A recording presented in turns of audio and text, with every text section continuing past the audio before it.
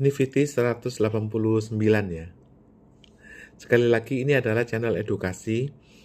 Bagi yang ingin cari hiburan, skip aja. Nah, ada pertanyaan yang bagus dari siapa itu? Yang menanyakan mengenai bagaimana ekonomi Indonesia bisa menjadi negara maju. Prosesnya bagaimana? Kira-kira begini. Saya punya peliharaan, ayam. Ayam saya itu udah berumur setahun lebih ya. Dan ayamnya itu, saya nggak tahu umur ayam sampai berapa. Dalam umur setahun ini, ayam itu yang tadinya baru menetas ya. Saya bisa beli 9 ekor, yang 8 mati, sisa 1. Sekarang ayam itu beratnya kira-kira 5 kilo. Besar banget. Nah, karena ayam ini perempuan ya, saya berpikir saya mau belikan ayam jantan supaya menetas ya. Dan ketika saya beli 1 ekor lagi, 1 ya, ayam jantan itu nggak ada, semuanya ayam betina. Karena ayam itu, yang saya nggak tahu ya, semua ayam itu diambil telurnya gitu loh. Oleh karena itu, kalau beli ayam di pasar, itu semuanya betina. Itu 1. Kedua, ayam ini jongkok melulu. Ternyata semua ayam itu ditaruh kandang yang sempit. Oleh karena itu, kebanyakan ayam nggak bisa jalan, dia jongkok aja. Sukanya jongkok aja. Ya pagi, siang, malam, hujan, panas, jongkok aja.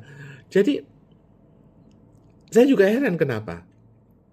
Baru kemudian setelah dia dikejar sama temennya itu yang sama-sama ayam perempuan ya, itu dikejar temennya, baru dia terbang.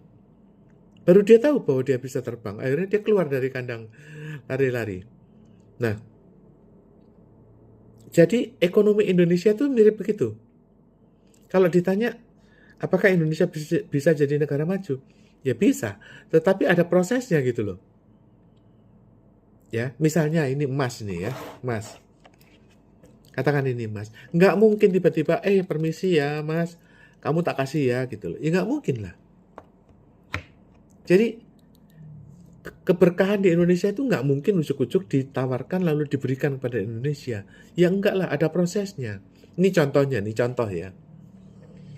Ada 3 proses Indonesia itu bisa jadi negara maju. 1, tertib agraria. Ya, Istana Merdeka itu HGB-nya habis. Dan HGB gedung-gedung di Merdeka Utara, Barat, Timur, Selatan itu habis HGB-nya. Kalau nggak tertib agraria, bagaimana kita diberi keberkahan gitu loh. Ya, bagaimana asing bisa percaya bahwa oh iya, saya masukin dana $1 juta kepada Indonesia supaya nanti Indonesia jadi negara maju. Nah, gimana ceritanya? Sedangkan kantornya presiden aja HGB-nya mati. Ya, kedua, kalau IKN udah pindah ya, kalau presiden udah pindah, presiden itu belum menentukan kapan mau pindah. Jadi itu baru rencana mau pindah, tapi belum ditentukan kapan. Jadi kalau IKN aja nggak pindah, bagaimana yang nomor 2? Nah, oke ya, kalau IKN sudah dipindah ya, misalnya katakanlah bulan Desember ya mau pindah ya, dibuat kepres atau dibuat undang-undang, mau pindah bulan Desember. Dah, Desember, Januari nanti semua presiden udah nggak balik lagi Jakarta. Oke, kalau itu sudah terjadi, baru kemudian IGGI.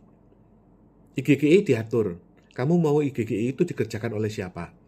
Apa BKKBN, atau Menteri Sosial, atau Menteri Agama? Menteri apa? Itu dulu dibuat aturannya. Baru kemudian bantuan jaminan kredit kepada Republik Indonesia. Nah, kalau 3 ini nggak dilalui, terus bagaimana kemudian? Jadi, apalagi presiden kita belum dilantik, sudah mampir Rusia. Wah, sudah. Kalau kata orang gelodok itu amsyong. Ya, jadi, aduh, gimana? Nah, kita mau membangun negara, apa kita mau bikin nuklir, apa mau kirim bom, apa mau ikut Rusia gitu loh. ya kan? Nah, ini namanya negara ganjel, nggak jelas. Ya di situ. Nah, kalau misalnya ini nggak diikuti, ya embo, bagaimana mungkin negara Indonesia diparanin sama investor? Agrarianya nggak tertib, nggak ada tertib hukum, nggak ada niatan jelas. Kamu mau berkiblat kemana, ya kan? Ya seperti ayam itu, suka jongkok gitu loh.